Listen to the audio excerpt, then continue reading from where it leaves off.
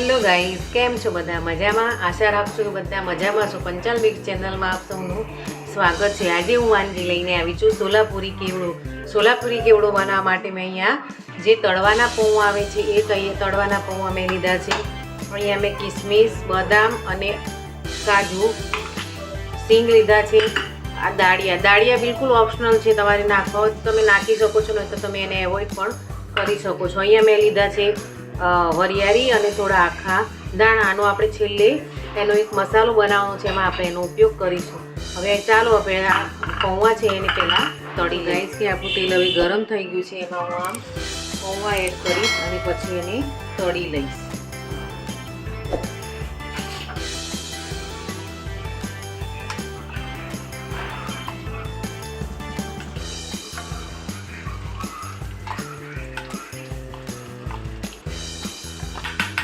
આવી રીતે હું બધા જ પૌવા તળી લઈશ. આ તળાઈ ગયા છે. હવે હું એમાં એક એક કરીને દાળિયાને એવું તળી લઈશ.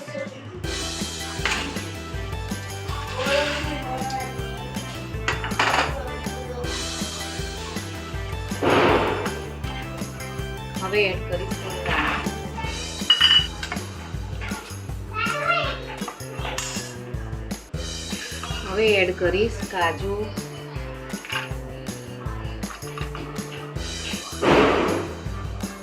કિસમિસ,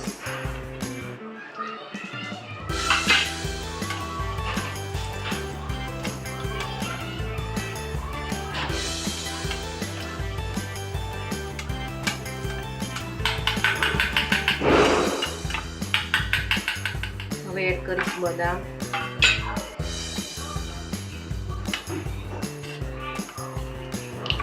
આપણે એક મસાલો બનાવી લઈશું. ચાલો એનો મસાલો એડ કરીશ.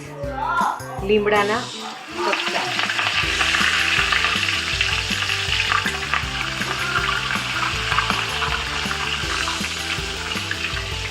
જેના વગર સોલાપુરી કેવડો બિલકુલ અધૂરો છે. લીમડાના પત્તા ખાસ છે, જેની એની ફ્લેવર અંદર આવે. હવે એનો આપણે એક મસાલો બનાવી લઈએ. જો ગાઈસ, આ બધું હવે તળાઈ ગયું છે. હવે આ બધું આપણે પહેલા મિક્સ કરી લઈશું.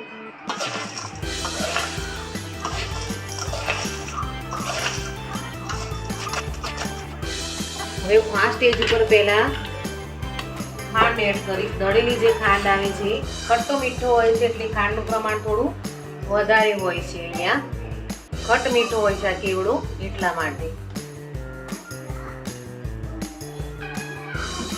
હવે હું એમાં એડ કરીશ મીઠું.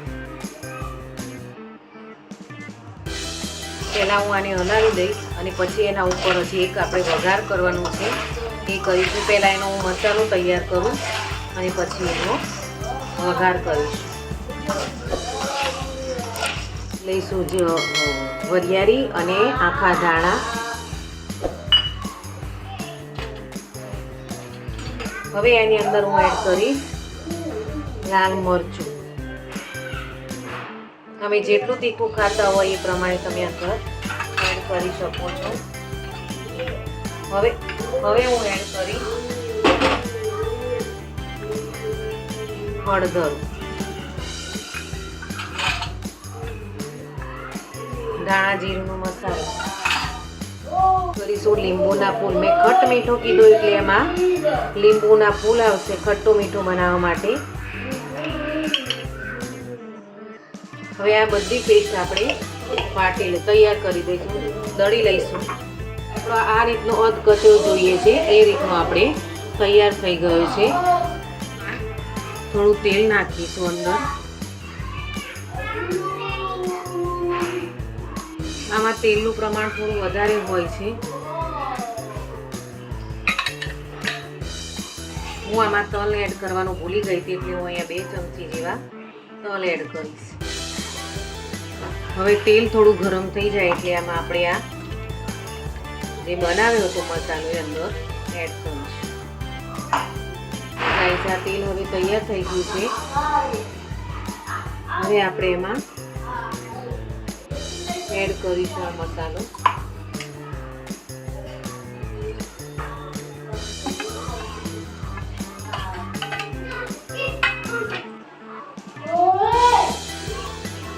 ગેસ ઓફ કરી અને એની બરાબર હલાવી લઈશું. અને આ મસાલો આપણે એમાં એડ કરી અને મેં કેવડાને હલાવી દીધો.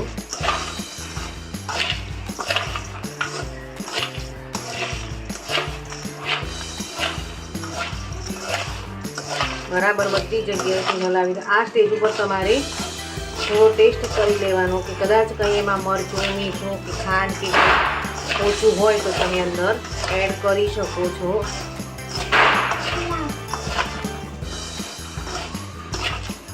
તમને ઓછું લાગે, વધતું ઓછું તો તમે અંદર એડ કરી શકો. જોઈ શકો છો ગાઈસ કે આપણો સોલાપુરી કેવડો તૈયાર થઈ ગયો છે. મસ્ત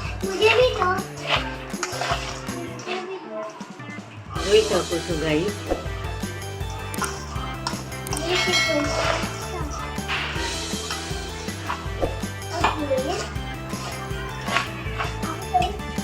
સોલાપુરી કેવડો તૈયાર થઈ ગયો છે.